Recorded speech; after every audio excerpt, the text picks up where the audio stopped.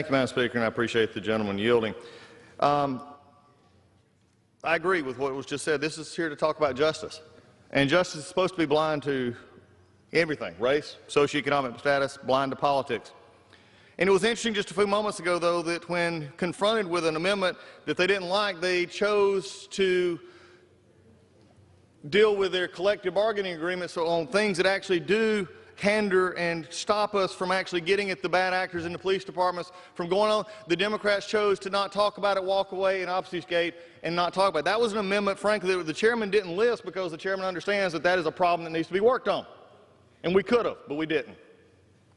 The bill does not do, in fact, what it said to do. Some of the provisions of this bill actually will hurt the police officers and the police in our community.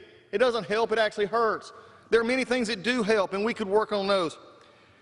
The Speaker of this House just said passing a watered-down bill is wrong. Well, I tell you what else is wrong is coming to the floor of this House and saying passing this bill will change anything, because it will not. And stopping the Senate bill from going forward and having amendment, having process is wrong as well, because the only way the two bodies will come together and find the common ground and denominator to actually pass a bill. I have been on this floor before many times having to remind our colleagues that simply coming to this floor and passing something doesn't make it law. And in this case, it's more important than ever to know that the Senate is working in a Republican side because they're a Republican majority. We're the Democratic majority. You're going to pass a Democratic bill. That's fine. The Senate will pass a Republican bill, but then you go to conference. But when you poison the discussion like we're doing today, that is wrong. Justice, as I have seen in my own home state, when I have a DA who is charging police officers before investigations are over, Paul Howard needs to recuse himself. Why? Because good people are being harmed. The Speaker actually said, Madam Speaker, that that good police officers want to do their job. That is correct. But yet right now the City of Atlanta is seeing a large increase in officers from the Atlanta Police Department applying anywhere else but Fulton County because they don't think they can get backed up.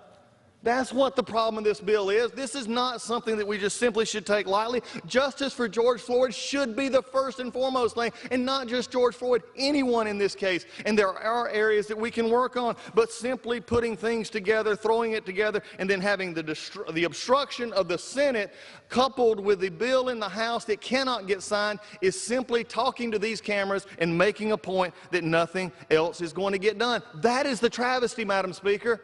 The travesty is thinking this actually does something. Watered down bills, not watered down bills, but bills that are not allowed to go to conference and actually work the will of these two bodies, one controlled by Republicans, one controlled by Democrats, is simply wrong. We did it in the First Step Act. And some of those very same civil rights groups that spoke against this First Step Act came around when they saw that we were honestly negotiating to an end. So as we move forward, I would urge no on this, but I'd urge that the obstruction stop, and it doesn't start here. It's over all. We all need to help and put justice first for everyone. And with that, I yield back.